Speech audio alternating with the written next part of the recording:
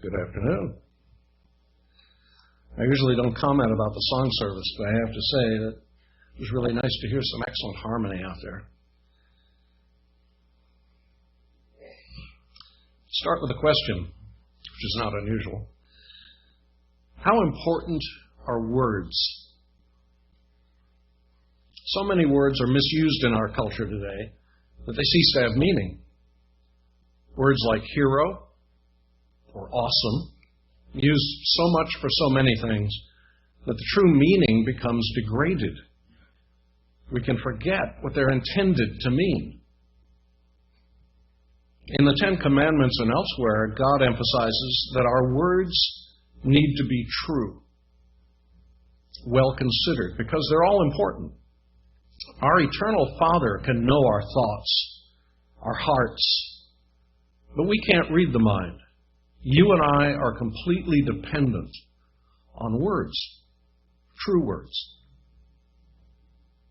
But so often words become cliches, and the deeper meaning becomes lost. We use them, we think we understand them, and all the while we're forgetting all that they're supposed to mean.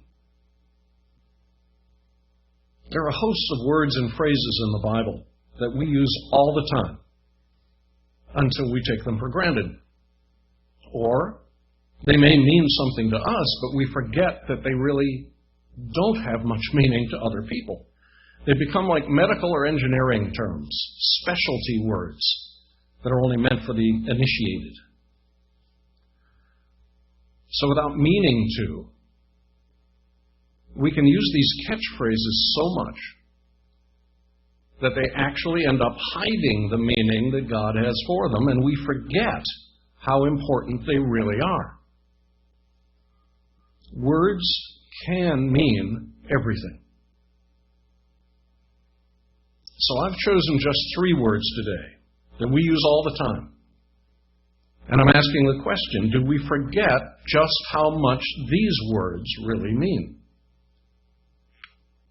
First word, saved, as in, are you saved? People hear that one all the time on religious broadcasting. But the average person will wonder, saved from what? It's taken on a religious meaning and lost a true meaning, a practical meaning. So what does save really mean? And it's actually very simple.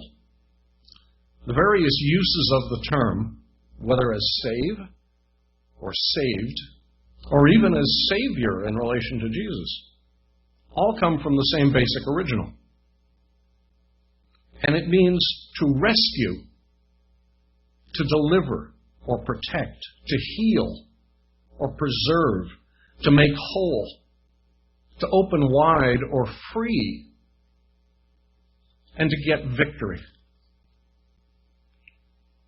Not much different from the dictionary definition of the word saved, though it summarizes other biblical inferences such as saved from sin.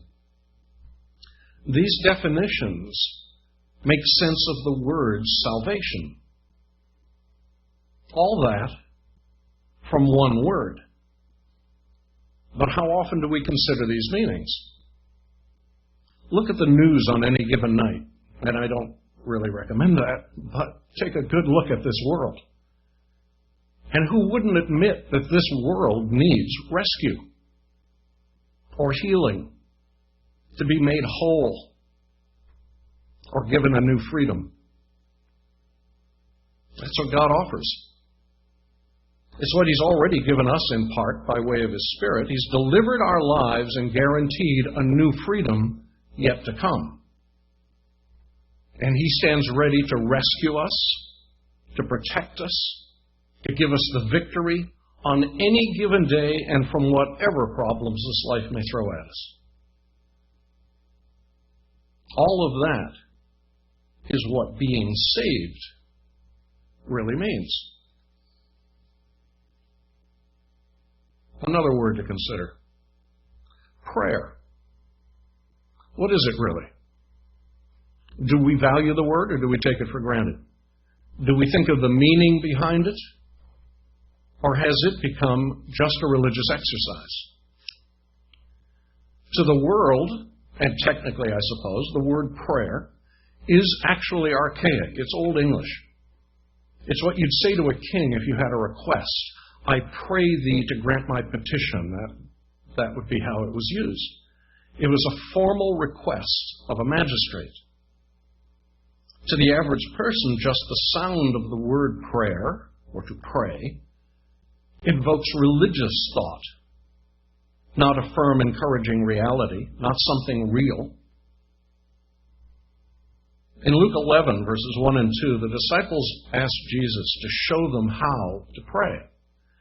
And Jesus replied by saying, this is how to pray. And he went on to describe what we've called the sample prayer that's also in Matthew. In both these cases, that simple word prayer in the original Greek is the same word, and it means simply to pray or entreat God.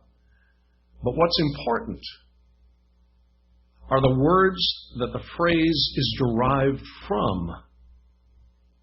If you follow the trail in Strong's Concordance, for instance, two words are brought together as the meaning of pray, as used in the Bible and by Jesus himself. The first word means to draw close, or to turn toward, or to come together. The second word, just as potent, means primarily a wish. All of that's enormously revealing. The disciples were asking, how do we come together with the Father? How do we draw close to him?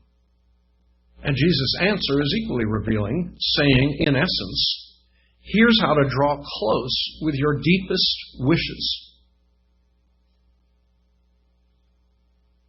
And even a simple dictionary definition of the word wish says a lot. It means to desire or yearn for something. This isn't talking about a frivolous, simple birthday wish, blow out the candle type of thing. This is talking about something heartfelt, meant with every part of you. And the deepest wishes, whether for ourselves or others, are truly from the heart, which is what God wants us to share with them. And of course it includes not just desires, but deep appreciation and thanksgiving as well. In short, everything that's necessary to draw close to our Father, opening our heart to him. And is this what we think about when we stop in the day to pray? Does the word mean that much to us? Do we see it for what it is? Do we value the concept so much that, like so many people in the Bible, we're walking and talking with our Father, sharing our hearts and our wishes all day long, and holding nothing back?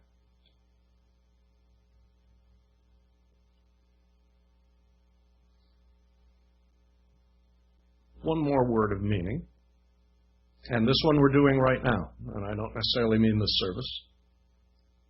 It's the Sabbath. What does that mean to us?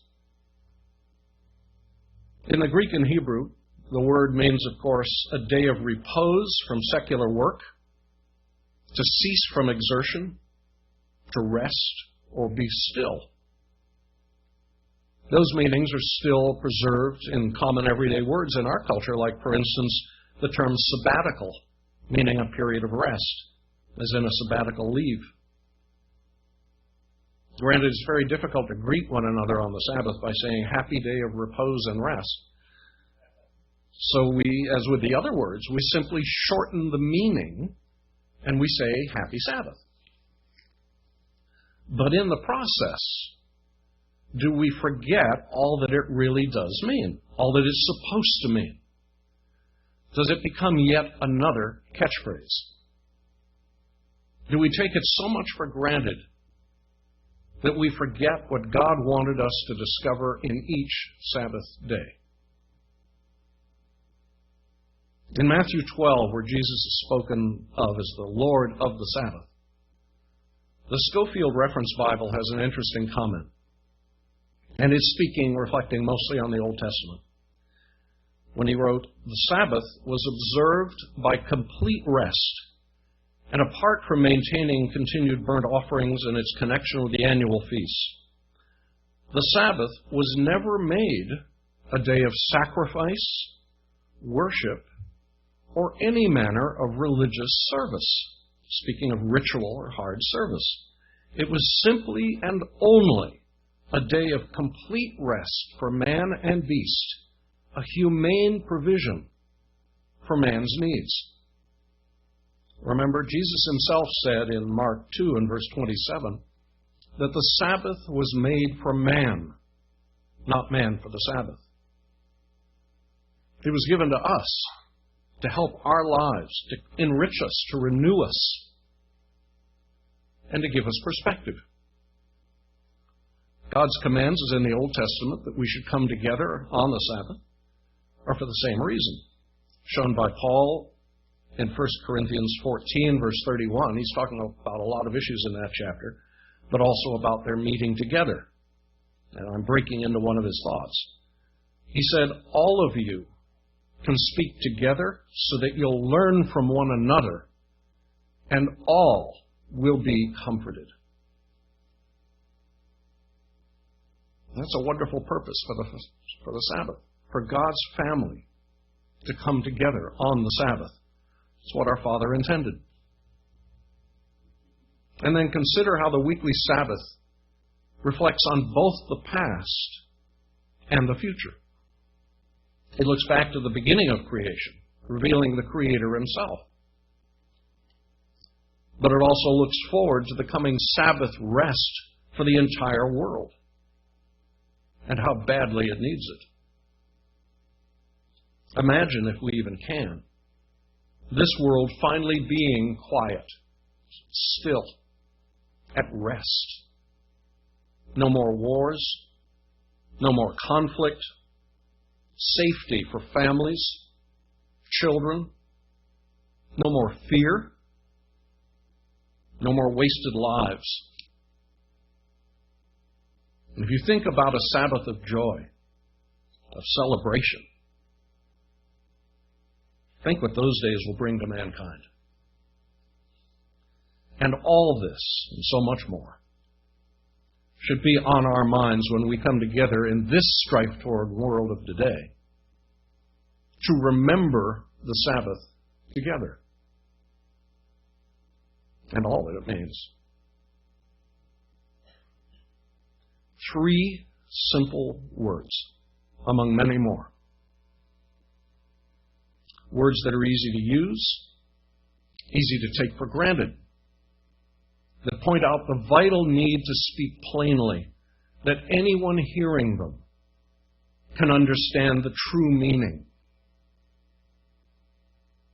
Because sometimes words can mean everything.